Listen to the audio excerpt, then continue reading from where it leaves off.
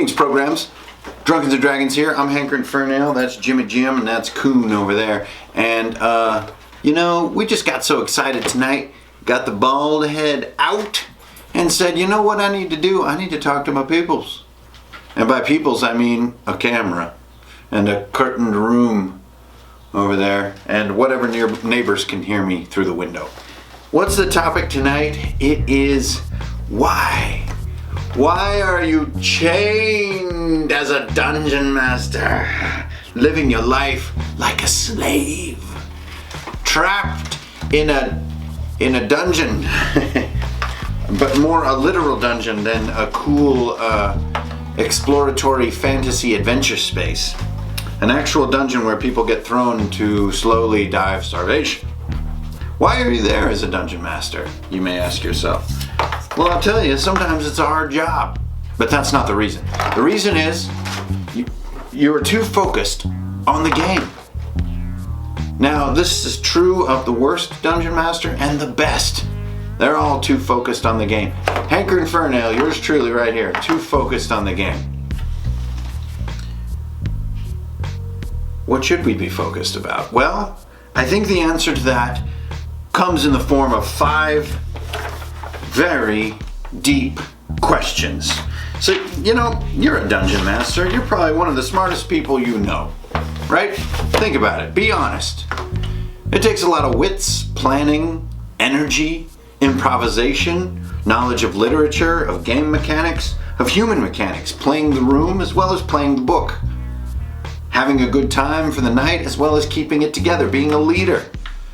All these things made you a DM. You didn't become a DM just because it's cool. It's only cool the first time you do it. Like the second and third times you do it, you are either cut out for it or you're like, what am I wasting all my time on? You're chained. If anyone tells you that it's cool to be the dungeon master, they probably aren't one. It's more of an affliction than it is a boon. And by affliction, I mean you just can't stop.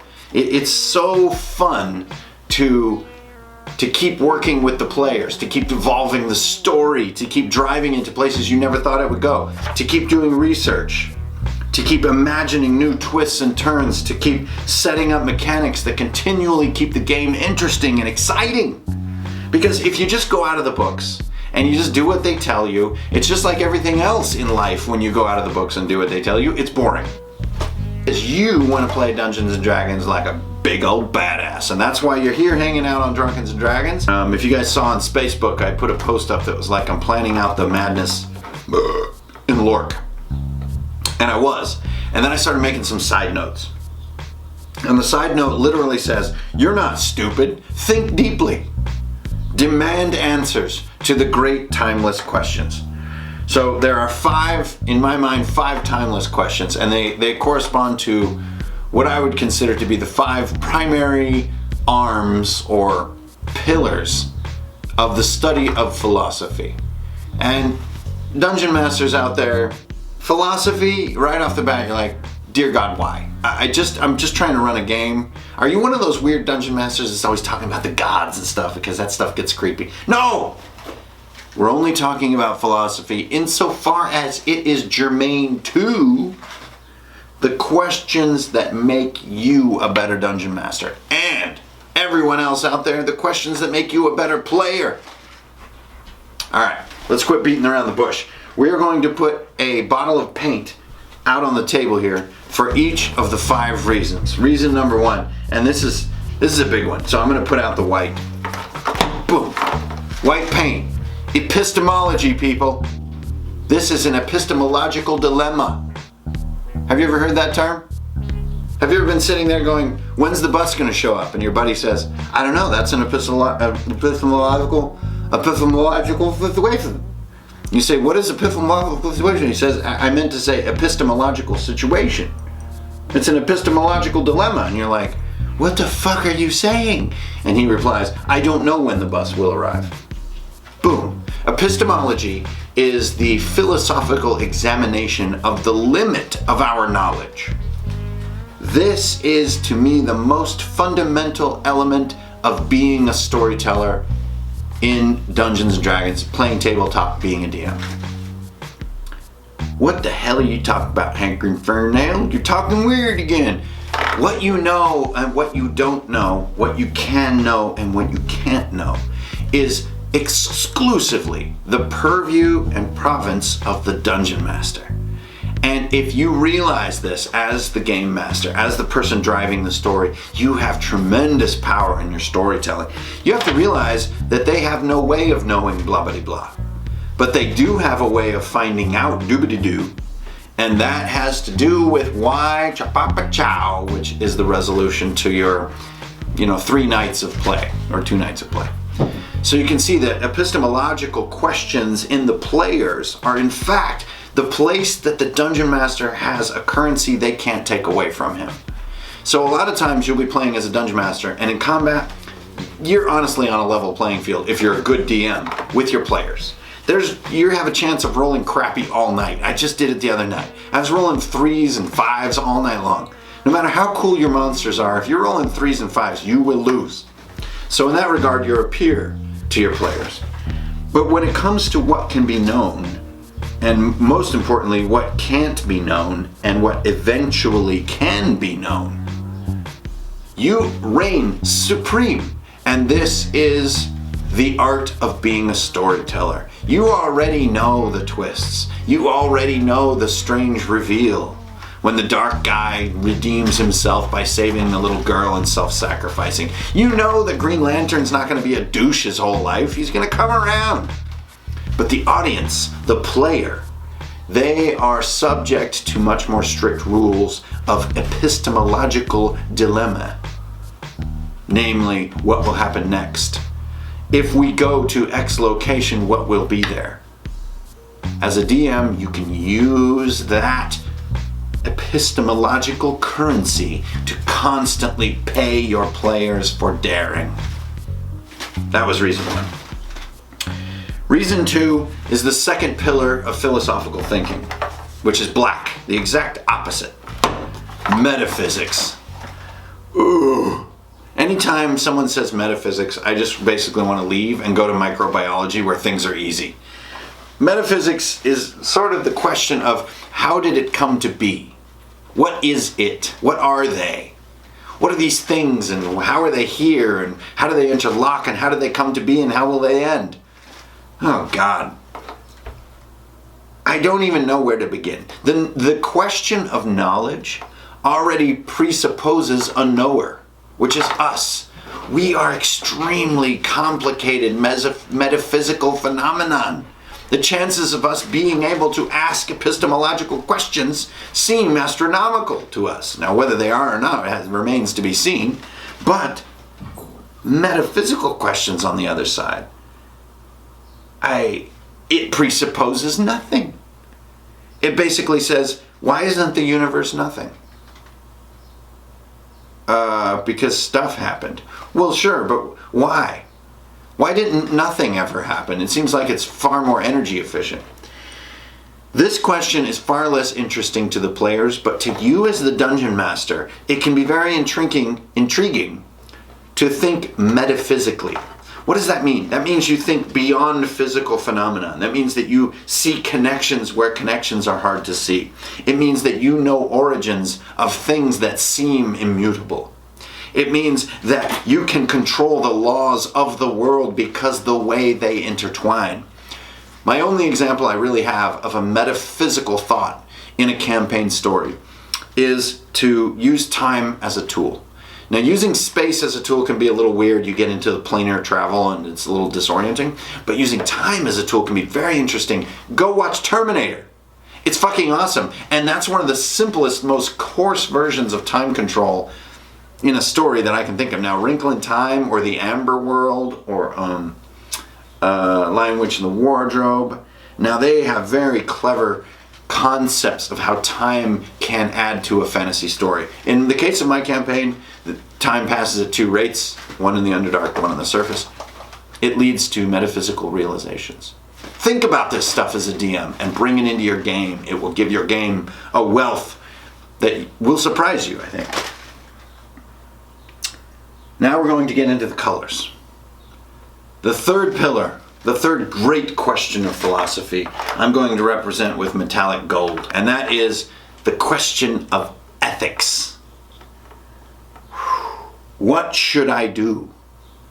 That is the question that ethics asks. What should I do? What would be the right thing to do? Now, this element of philosophy is tremendously powerful and useful for players, more so than the DM. The DM knows what he's going to do because the drive of the story. He has so many different character motivations that are intertwining, he basically is ready to go with his decision making. He does it in the journal while he's drinking beer by himself, not in the moment. The player, on the other hand, faces the ethical question head on and in a dynamic environment, and with a good DM will be posed with very difficult ethical questions. So the classic is the revelation dilemma, or if I kill him, I will remain secret, but this man should not be killed. If I let him live, I will be revealed, and I may be killed.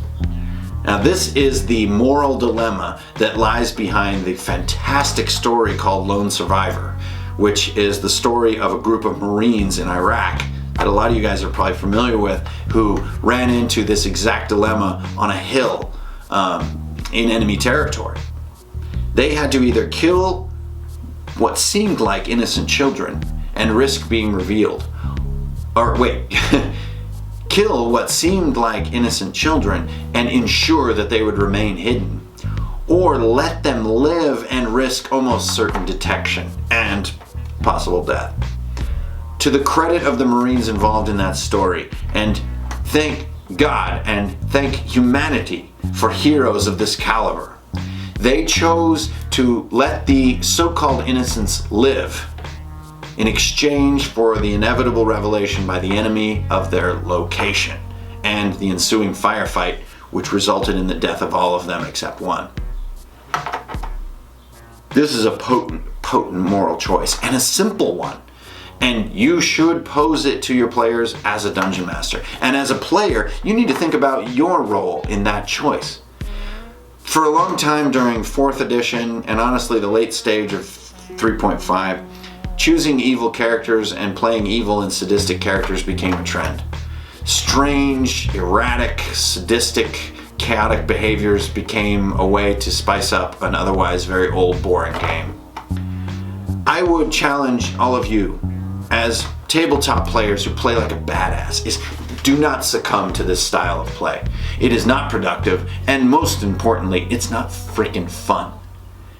Hateful, sadistic acts form a moral fabric that is beyond flimsy, it's perforated.